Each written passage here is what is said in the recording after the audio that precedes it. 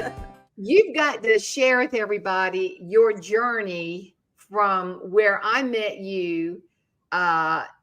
Just start with childhood. I'd love to know how in the world you became this extraordinary talent. Oh my goodness. Well, I will tell you that my grandmother is the one who kind of got me into the whole Miss South Carolina thing. And my mom had coached a lot of students because she was a dance teacher for over 50 years.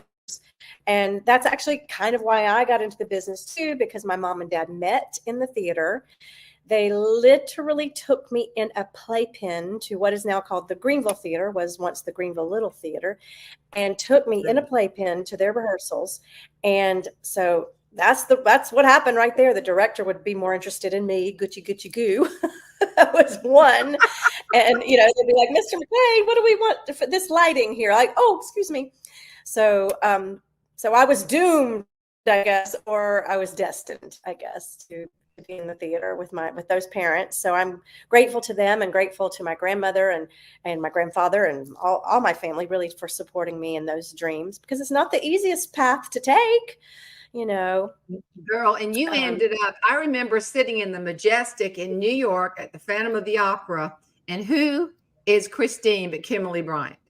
My friend Kimiliee Bryant is on Broadway, and I almost fell out of my seat. Of course, your talent is unbelievable. I mean, when was that moment, Kimiliee, where somebody said, you got talent? I mean, you got it. It was probably my mom, though. Like many little girls nowadays, everybody has a microphone. Like I have one right over here. I'm in my voice studio right now. But I used a hairbrush like a lot of little girls did back in the day and sing into their hairbrush. And I was singing along with a record. I'm that old that I had records. I didn't have 8 tracks, but I had records. And I was singing along probably with either Barbra Streisand.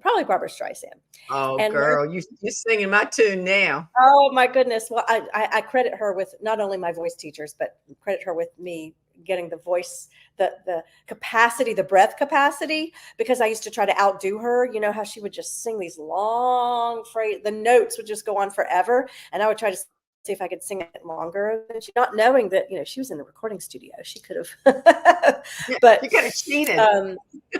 Could have, yeah. Who knows? She probably didn't. She's the real deal. But my mother thought she was listening to the record, and she opened the door, and I was singing, and she thought it was the record. So that's when she knew, I guess. And then she sent me to her voice teacher, because I'd mentioned my parents met in the theater, and they had, she was a kind of a well-known teacher here in this town called Iva Dixon. Iva, we called her Iva the driver. Iva Dixon, yes. Yes, she was very well-known here. She's the bomb. Yes, they sent me to her at a young age. And at first they said, well, let her get some piano lessons first. She's a little young for voice lessons. And then Iva came to see me in a production at the Greenville Theater, the children's production of, I believe it was Tom Sawyer. And I was singing above all the other kids. You could hear me. Blending wasn't my thing back then.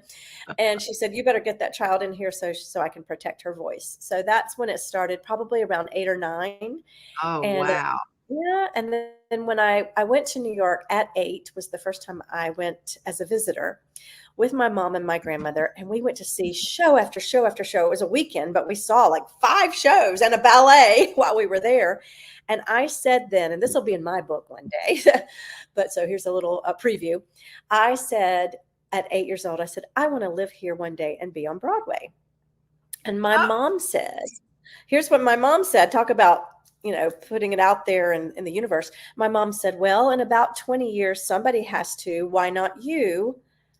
Oh. I was 3 weeks shy or a month shy. 6 weeks shy. 6 weeks shy of my 28th birthday when I made my Broadway debut. So it was almost 20 years exactly. So she was a prophet, I guess you'd say.